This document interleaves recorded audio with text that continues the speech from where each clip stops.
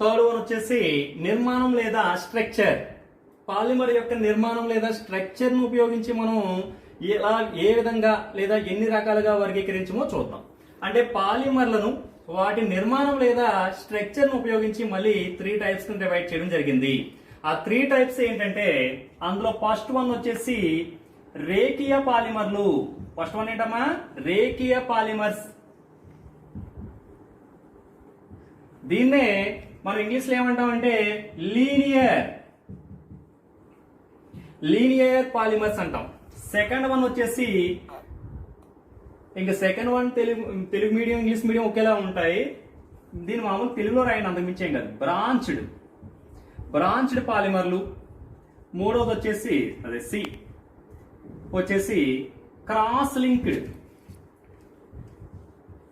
అంటే తెలుగులో పదాలు అంత బాగా ఉండవు, అందువల్ల ఇంకా దీన్ని ఇంగ్లీష్ లోనే మీరు చదువుకోవడం చేయండి. తెలుగు మీడియం అయినా ఇంగ్లీష్ మీడియం అయితే అలాగా ఇంగ్లీష్ మీడియంలో చదువుకుంటాం కానీ.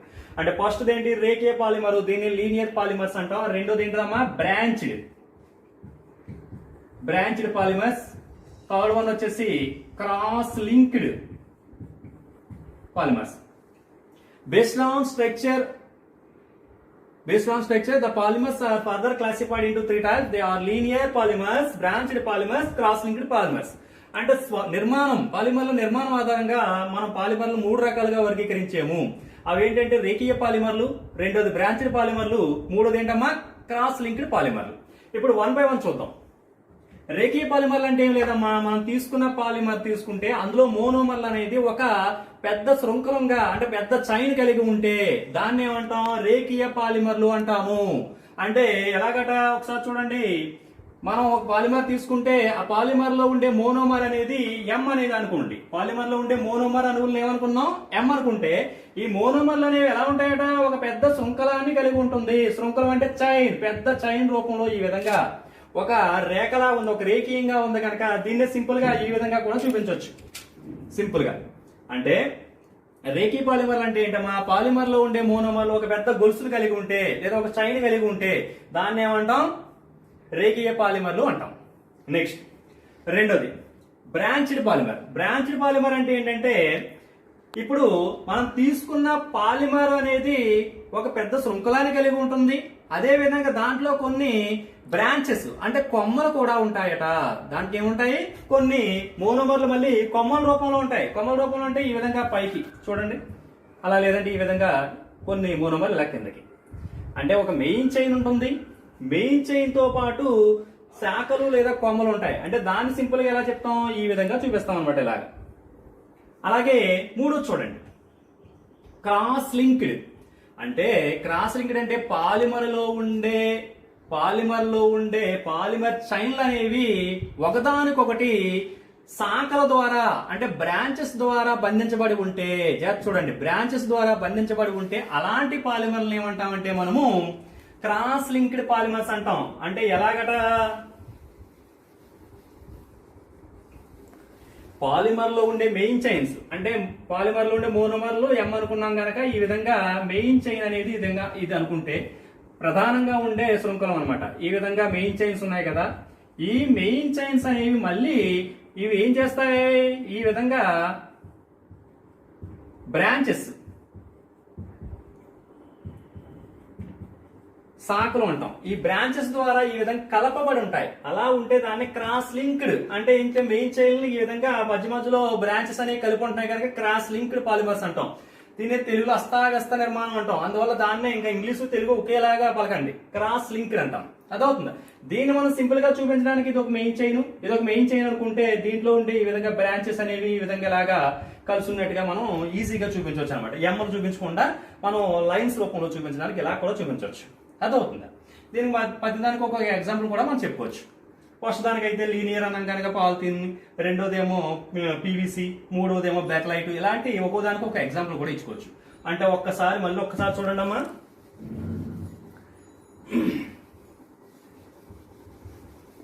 మనం థర్డ్ వన్ చెప్పుకున్నాము. ఈ థర్డ్ వన్ అంటే ఏంటి? నిర్మాణం లేదా స్ట్రక్చర్ ని బట్టి వర్గీకరణ.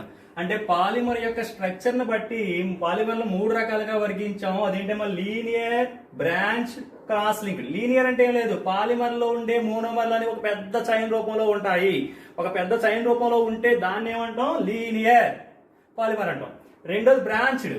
బ్రాంచ్డ్ అంటే ఏంటి, పాలిమర్ లో ఉండే మోనోమర్లు అని ఒక చైన్ ఉంటుంది. ఆ చైన్ తో పాటు కొమ్మలు పైన కింద కొమ్మలుగా అంటే శాఖలు కూడా ఉంటాయి, అంటే బ్రాంచెస్ కూడా ఉంటాయి. అందువల్ల దీన్ని ఏమన్నా బ్రాంచ్డ్ పాలిమర్స్ అన్నాం. మూడోది ఏంటి, క్రాస్ లింక్డ్. పాలిమర్ లో ఉండే మెయిన్ చైన్ ఏవైతే ఉన్నాయో ఆ చైన్లు అనేవి మళ్ళీ ఆ రెండు మూడు చైన్లు అనేవి ఏం చేస్తాయంటే బ్రాంచ్ ద్వారా అవి కలపబడి ఉంటాయి. ఆ విధంగా ఉండడాన్ని క్రాస్ లింక్డ్ పాలిమర్స్ అంటారు. ఇక్కడ మూడోది. ఇంకా ఇప్పుడు 4వ వర్గీకరణ లేదా 4th క్లాసిఫికేషన్ చూద్దాం. 4th క్లాసిఫికేషన్ వచ్చేసి ఏంటమ్మా, థర్మల్ ప్రాపర్టీ. ఏంటమ్మా, బేస్డ్ ఆన్ థర్మల్ ప్రాపర్టీ లేదా ఉష్ణ ప్రక్రియ ఆధారంగా. 4వది ఉష్ణ ప్రక్రియ. దీన్ని ఇంగ్లీష్ లో ఏమన్నామా, thermal property. Polymers are classified on the basis of thermal property. 2 types. అంటే ఉష్ణ ప్రక్రియ ఆధారంగా పాలిమర్లను 2 రకాలుగా వర్గీకరించారు. అంటే on the basis of thermal property polymers are further classified into 2 types. అవి చూద్దాం. అందులో ఫస్ట్ వన్ ఏంటంటే థర్మోప్లాస్టిక్స్. రెండోది వచ్చేసి థర్మో సెట్టింగ్స్. అంటే పాలిమర్లను ఉష్ణ ప్రక్రియ లేదా థర్మల్ ప్రాపర్టీని ఆధారంగా చేసుకొని మళ్ళీ ఏం చేసాము, 2 రకాలుగా వర్గీకరించారట. అందులో ఫస్ట్ ఏంటట థర్మోప్లాస్టిక్స్ అట, రెండవ ఏంటమ్మా థర్మో సెట్టింగ్స్ అట. ఏంటిది, థర్మో ప్లాస్టిక్స్. సెకండ్ వన్ వచ్చేసి థర్మో సెట్టింగ్స్. చూద్దాం అసలు థర్మోప్లాస్టిక్స్ అంటే ఏంటి. జాగ్రత్త వినండి. థర్మోప్లాస్టిక్స్ అంటే ఏం లేదు, ఇప్పుడు మనం ఏదైనా ఒక పాలిమర్ తీసుకున్నాము, తీసుకొని దాన్ని వేడి చేసాం. వేడి చేస్తే అది ఏమవుతుంది, మెత్తబడుతుందట. ఆ పాలిమర్ అనేది సబ్స్టెన్స్, అదే ఆ సమ్మేళనం ఏమవుతుంది, మెత్తబడుతుంది. తర్వాత దాన్ని మళ్ళీ చల్లార్చాం.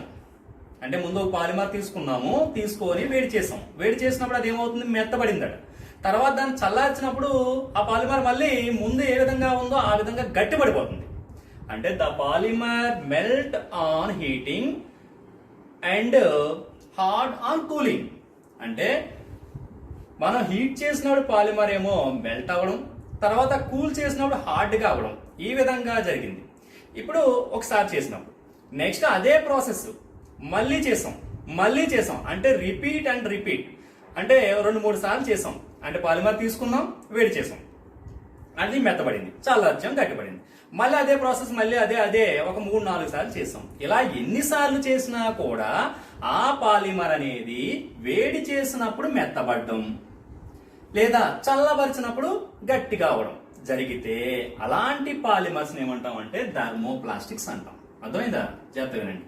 అంటే మనం ఏం చెప్తే, నేను ఒక పాలిమర్ తీసుకొని వేడి చేస్తే అది మెత్తబడింది, తర్వాత చల్లబరిచినప్పుడు గట్టిపడింది. ఇదే ప్రాసెస్ ను మళ్ళీ రిపీట్ చేసినప్పుడు ఎన్నిసార్లు చేసినా, రిపీట్ చేసినప్పుడు 4-5 సార్లు చేసినా కూడా అదే ఫలితాన్ని ఇస్తుంది నాకు. ఆ విధంగా సేమ్ ఫలితాన్ని ఇచ్చింది కనుక అలాంటి పాలిమర్స్ ఏమంటాం, థర్మోప్లాస్టిక్స్ అంటాము. దీనికి ఎగ్జాంపుల్ గా మనము పాలిథిన్ తీసుకోవచ్చట. ఈ పాలిథిన్ తీసుకొని మనం వేడి చేసినప్పుడు మెత్తబడుతుంది, చల్లారితే మళ్ళీ గట్టిపడుతుంది. అలాగే వ్యాక్స్ అంటే కొవ్వొత్తులు ఉపయోగిస్తాం కదా, ఆ వ్యాక్స్ తీసుకొని మనం వేడి చేసినప్పుడు ఏమవుతుందంటే మెత్తబడుతుంది, మళ్ళీ చల్లారిస్తే మనకి ఏమవుతుంది, అది మళ్ళీ గట్టిపడిపోతుంది. ఇలాంటి వాటిని థర్మోప్లాస్టిక్ లేదా థర్మోప్లాస్టిక్స్ అంటాం.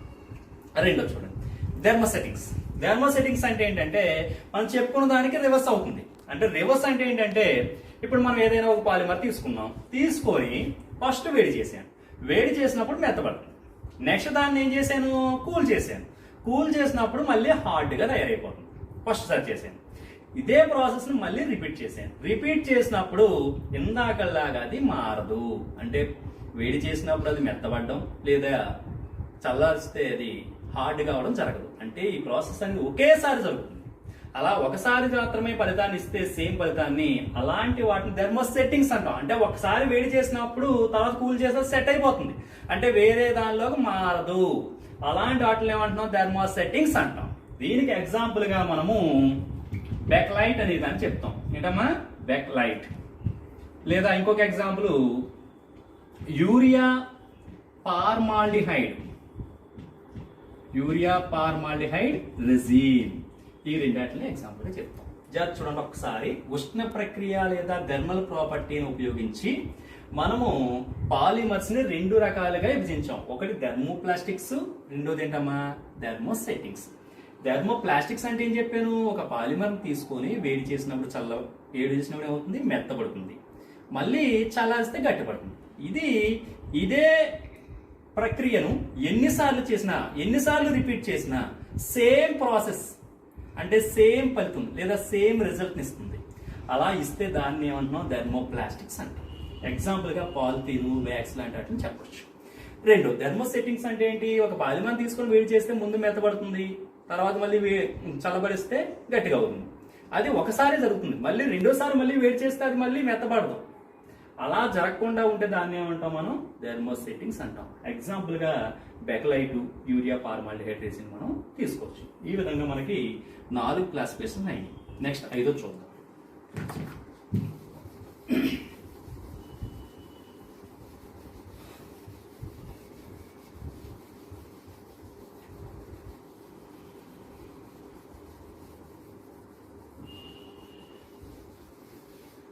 నెక్స్ట్ 5వ వర్గీకరణ తీసుకుంటే గనక మనం అనువర్తనాలు లేదా దీన్ని ఇంగ్లీష్లో ఏమంటున్నామా? అప్లికేషన్స్. పాలిమర్లని అనువర్తనాలు అంటే ఉపయోగాలను కూడా అంటాం. అంటే పాలిమర్లు మనం ఉపయోగించే విధానాన్ని లేదా వాటి యొక్క అనువర్తనాలు బట్టి మనం ఏం చేసామంటే పాలిమర్స్ ని 4 రకాలుగా వర్గీకరించారు. అవి ఏంటంటే అందులో ఒకటి ఏంటమ్మా? ప్లాస్టిక్స్. రెండోది రెజిన్స్. మూడోది రబ్బర్స్. నాలుగోది ఫైబర్స్. చూడండి. On the basis of applications, polymers are further classified into 4 types. They are plastics, resins, rubbers, and fourth one fibers. Plastics అంటే ఏం లేదు, గట్టిదనాన్ని కలిగి ఉండి ఏ పాలిమర్లు అయితే గట్టిదనాన్ని కలిగి ఉంటాయో అలాగే మనకు కావలసిన రీతిలో మనం తయారు చేసుకోవడానికి అంటే మౌల్డ్ చేయడానికి వీలుగా ఉండే పాలిమర్లు ఏవైతే ఉంటాయో వాటినే ప్లాస్టిక్స్ అంటాము. సింపుల్. చూడండి, మనం గట్టిదనం కలిగి ఉంటాయంట, అలాగే మనకి కావలసిన విధంగా మౌల్డ్ చేసుకోవడానికి వీలు కల్పించే పాలిమర్లు ఏవైతే ఉన్నాయో వాటిని ప్లాస్టిక్స్ అంటాము. దీనికి ఎగ్జాంపుల్ గా పాలిథీన్, పీవీసీ లాంటి వాటిని చెప్పొచ్చు. నెక్స్ట్ రెజిన్స్ అంటే ఏంటన్నమాట? ద్రవ రూపంలో ఉండే పాలిమర్లు. ఏంటమ్మా? ద్రవ రూపంలో ఉండే పాలిమర్లను మనం ఏమంటాం? రెజిన్స్ అంటాము. వీటిని అడెసివ్ అంటే ఏంటి? జిగురు అంటే గమ్ములు అంటాం కదా, గమ్ములుగా వాడడానికి ఉపయోగించే పాలిమర్లని మనం ఏమంటాం? రెజిన్స్ అంటాం. ఎగ్జాంపుల్ పాలీప్రొపిలీన్ తీసుకోవచ్చు. ఎగ్జాంపుల్ ఏంటమ్మా? పాలీప్రొపిలీన్ తీసుకోవచ్చు. Next rubber. ఎలాస్టిటీ ప్రాపర్టీ అంటే సాగే గుణం. ఏంటమ్మా? సాగే గుణం దేనికైతే కలిగి ఉంటుందో ఆ పాలిమర్స్ ను రబ్బర్స్ అంటాము. ఈ రబ్బర్స్ కి ఎగ్జాంపుల్ గా మనకి సహజ రబ్బర్ ని, అలా అంటే నేచురల్ రబ్బర్ ని, అలాగే సింథటిక్ రబ్బర్ ని చెప్పొచ్చు. ఓకే. నెక్స్ట్ ఫైబర్స్ అంటే ఏంటంటే వస్త్ర పరిశ్రమల్లో ఉపయోగించే పాలిమర్లను, లేదంటే గాజు అంటే గ్లాస్ కి మనం ప్రత్యామ్నాయంగా అంటే గ్లాసు వాడే బదులుగా మనం దేన్నైతే ఉపయోగించగలమో వాటిని ఏమంటాం? ఫైబర్స్ అంటాం. అంటే మన కళ్ళజోళ్ళు వాడుతున్నాం, ఆ కళ్ళజోళ్ళు గ్లాస్ బదులు ఫైబర్స్ వాడుతున్నారు ఇప్పుడు. అంటే సేమ్ గ్లాస్ లాగే ఉంటుంది కానీ అది ప్లాస్టిక్ తయారు చేసింది అనమాట, పాలిమర్ తో తయారు చేసింది. దానికి ఎగ్జాంపుల్ గా టెర్లిన్, నైలాన్ యూజ్ చేస్తాం. ఎగ్జాంపుల్ ఏంటమ్మా? టెర్లిన్, నైలాన్. అంటే మళ్ళీ ఒకసారి చూడండి, 5th క్లాసిఫికేషన్ అంటే ఏంటి? అనువర్తనాలు లేదా అప్లికేషన్స్ ద్వారా మనం వర్గీకరణ చేసాం. అంటే పాలిమర్లను అనువర్తనాలు లేదా అప్లికేషన్ ద్వారా మనం ఏం చేసామంటే 4 రకాలుగా విభజించాము లేదా వర్గీకరించాము. అందులో ఒకటి ప్లాస్టిక్స్, రెండవ రెజిన్లు, మూడవ ఏంటమ్మా రబ్బర్లు, నాలుగోది ఏంటి ఫైబర్స్. అంటే on the basis of applications polymers are classified into 4 types. They are plastics, resins, rubbers, fibers. Plastics అంటే ఏం చెప్పాను, ఏ పాలిమర్ అయితే గట్టిదనాన్ని కలిగి ఉంటుందో, అలాగే ఏవైతే మనకు కావలసిన విధంగా మౌల్డ్ చేసుకునే విధంగా ఉంటాయో ఆ పాలిమర్లని ప్లాస్టిక్స్ అంటాము. ఎగ్జాంపుల్ గా పాలిథిన్, పీవీసీ లాంటివి చెప్పాను.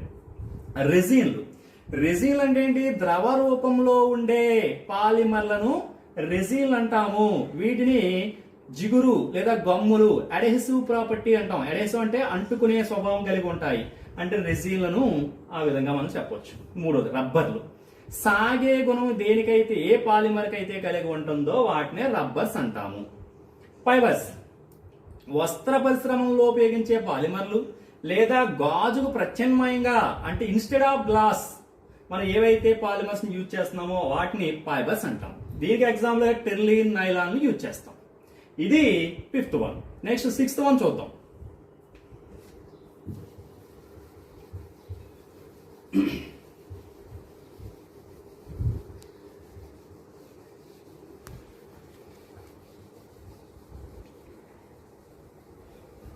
నెక్స్ట్ 6th వన్ చూస్తే గనక మనం తయారీ పద్ధతి ఏంటమ్మా, తయారీ పద్ధతి అంటే ప్రిపరేషన్ మెథడ్.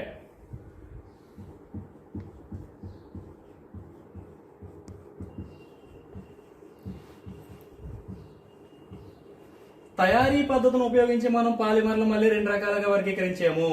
అంటే అవేంటంటే ఒకటి సంగణన పాలిమర్, ఏంటమ్మా సంగణ పాలిమర్లు. రెండోది సంకలన పాలిమర్లు. ఒకసారి చూడండి ఏమంటున్నాను, తయారీ పద్ధతులను ఉపయోగించి పాలిమర్లు 2 రకాలుగా విభజించాము. ఒకటి సంగణన పాలిమర్లు, రెండోది ఏంటమ్మా సంకలన పాలిమర్లు. అంటే ఇంగ్లీష్ మీడియం వాళ్ళు ఒకసారి చూడండి. On the basis of preparation method polymers are further classified into 2 types. They are condensed polymers, second one వచ్చేసి addition polymers. On the basis of preparation method polymers are further classified into 2 types. They are condensed polymers, addition polymers. First one చూద్దాం. సంగణన polymer లేదా condensed polymer అంటే ఏంటంటే మనం ఏదైనా polymer తీసుకున్నప్పుడు ఆ polymer ఎలా వస్తుందని చెప్పాను, మోనోమర్లు అనేవి కలిసి పాలిమర్ని ఇస్తాయి. ఇప్పుడు మనకి మోనోమర్లు కలిసి పాలిమర్ ఏర్పడడంలో మనకు కావలసిన పాలిమర్ తో పాటు చిన్న చిన్న అణువులు కూడా బయటకు వస్తాయి. అంటే CO2, H2O, NH3 లాంటి చిన్న చిన్న అణువులు కూడా మనకు కావలసిన పాలిమర్ తో పాటు వస్తే ఆ పాలిమర్ ఏమంటాం, సంగణన పాలిమర్ అంటాము. అర్థమైందా? ఒకసారి చూడండి. కండెన్స్డ్ లేదా సంగణ పాలిమర్ అంటే ఏమన్నాను, మనకి పాలిమర్ ఏర్పడాలంటే మోనోమర్లు కలవాలి. మోనోమర్లు ఒకదాంతో ఒకటి కలిసి మనకి పాలిమర్ ఇస్తుందని తెలుసు.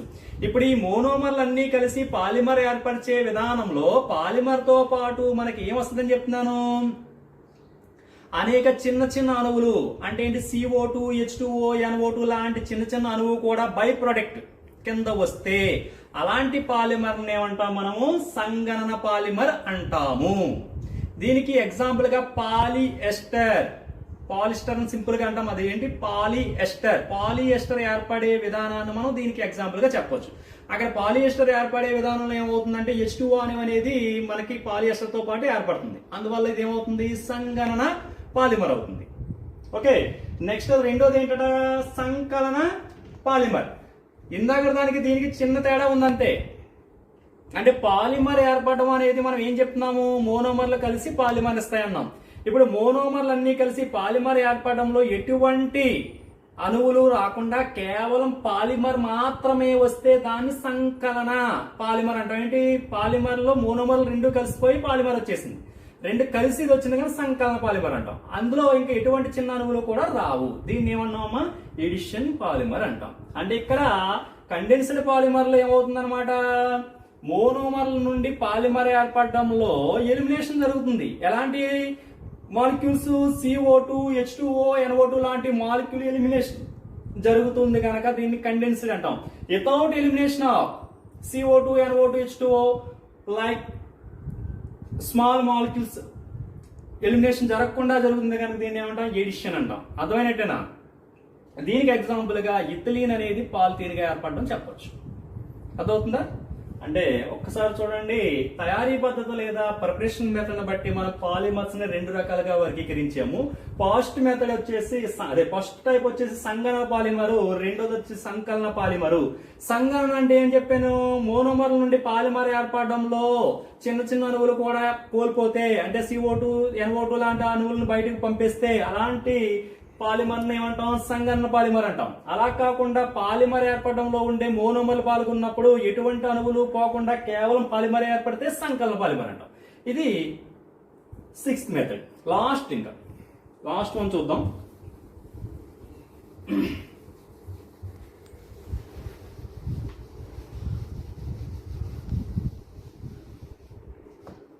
సెవెంత్ వన్ వచ్చేసి మోనోమర్ల ఆధారంగా.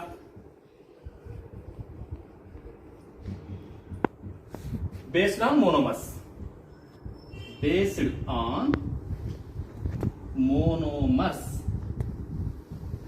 లాస్ట్ వన్ చూడండి అమ్మా. మోనోమర్ల ఆధారంగా పాలిమర్లు మళ్ళీ 2 రకాలుగా వర్గీకరించారు. అవి ఏంటంటే, ఒకటి సహపాలిమరు, ఒకటి ఏంటమ్మా?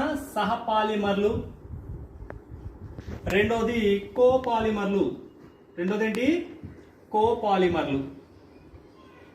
అంటే based on monomers, polymers are further classified into 2 types. They are first one homopolymers. సహ అంటే దీన్ని ఏమంటున్నాం ఇంగ్లీష్ లో? హోమో అంటాం. రెండోది కో అంటే సేమ్, కోపాలిమర్స్. ఇప్పుడు సహపాలిమర్లు అంటే ఏంటి? ఏం లేదు, చూడండి. సహపాలిమర్ అంటే ఏంటంటే, పాలిమర్ ఏర్పడడంలో మనం ఏమి చేస్తున్నాం? మోనోమర్లు కలుస్తాయని చెప్తున్నాం. అంటే పాలిమర్ లో ఉండే మోనోమర్లు అన్ని కూడా ఒకే విధంగా హోమో అంటే మీన్స్ ఏంటమ్మా? ఒకేలాంటి మోనోమర్లు మాత్రమే పాలిమర్ ఏర్పరిస్తే అలాంటి వాటినే సహపాలిమర్లు లేదా హోమో పాలిమర్లు అంటాము. అంటే మనం తీసుకున్న పాలిమర్లో M అలా ఈ విధంగా మనం తీసుకున్న దాంట్లో అన్ని కూడా ఈ M అనే మోనోమర్లు అనుకుంటే అన్ని కూడా Mలే ఉన్నాయి, ఒకే రకమైన మోనోమర్లు ఉన్నాయి.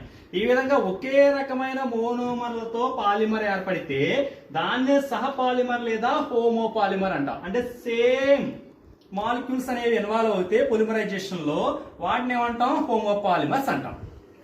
అలా కాకుండా డిఫరెంట్ టైప్స్ విభిన్న మోనోమర్లు ఉంటే, అంటే M1 M2 M1 M2 M1 M2. చూడండి, ఇక్కడ M1 అనేది ఒక రకం, M2 అనేది వేరే రకం.